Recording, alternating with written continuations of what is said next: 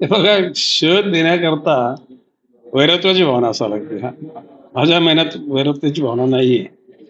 जनतेची कामं घेऊन जनता मंत्रालयात येऊन इतका त्यांना त्रास होऊ नये म्हणून जनतेच्याच जवळ जाऊन त्यांची गाऱ्हाणे ऐकावी याकरता हे दरबार आहेत.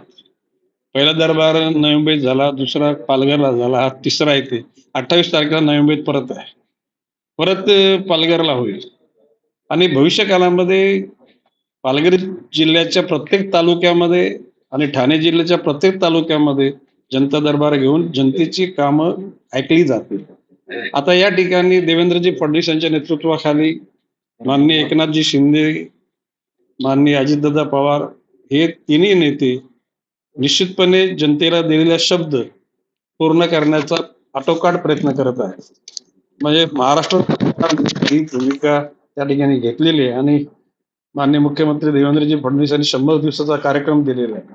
त्या कार्यक्रमाच्याच अनुषंगानं या जनतेची कामाचा निपटारा व्हावा याकरता जनता दरबाराचं आहे. त्याला माझं म्हणणं आहे की भाजपचे मंत्री, माननीय एकनाथजी शिंदेचे मंत्री, माननीय अजितदादांचे मंत्री महाराष्ट्रातल्या कानाकोपऱ्यात जाऊन तालुका स्तरावर सगळ्यांची त्यांनी गाऱ्हाणे ऐकली आणि त्याच्यातून गाऱ्हाणे दूर झाली तर ते महायुती सरकारचंच यश होणार आहे. आणि प्रताप सरनाईक कालच मला मुंबईत भेटले होते. त्यांनी मला सांगितलं, असं बोललं, म्हटलं अतिशय चांगली गोष्ट आहे.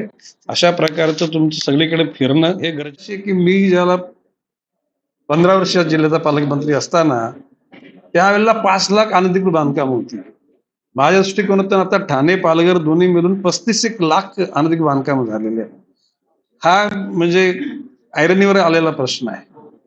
आता कल्याण डोंबिवली मधली जी प्रकरण आहेत ही तर शुद्ध त्या नागरिकांची केलेली फसवणूक आहे, चिटिंग. आणि आज मला काही लोकांनी फोन करून आम्ही येणार आहोत तुमच्याकडे, आमची गाऱ्हाणे, म्हटलं या. त्या अनुषंगानं पूर्ण सगळ्या गोष्टीचा एकूण तपास करून जे जे घटक त्या गोष्टीला जबाबदार आहेत त्यांच्यावर जबाबदारी पूर्ण करून या लोकांना न्याय कसा मिळेल हे निश्चितपणे आम्ही बघणार. अशी त्याची संपूर्ण तपास करायला मी सांगितलेला आहे. ज्या ज्या ठिकाणी कांदळवनाच्या परिसरात अतिक्रमण झाले ते दूर करायचं, त्याचबरोबर त्या घटकांना एकदा समज द्यायची आणि जर समजून ऐकून नसतील तर कठोर कारवाई करायचे मी निर्देश दिलेले. ज्याला अखंड भारत हे सार्वभौम देश आहे म्हटल्यानंतर प्रत्येकाचा मान सन्मान राहिला पाहिजे. जर का मराठी माणसाचा त्या ठिकाणी कर्नाटकमध्ये अपमान होणार असेल तर निश्चितपणे त्याचा जाब विचारला जाईल. माननीय मुख्यमंत्र्यांच्याकडे आम्ही त्या बाबतीत निश्चितपणे ज्या भावना आहेत जनतेच्या त्या सांगू.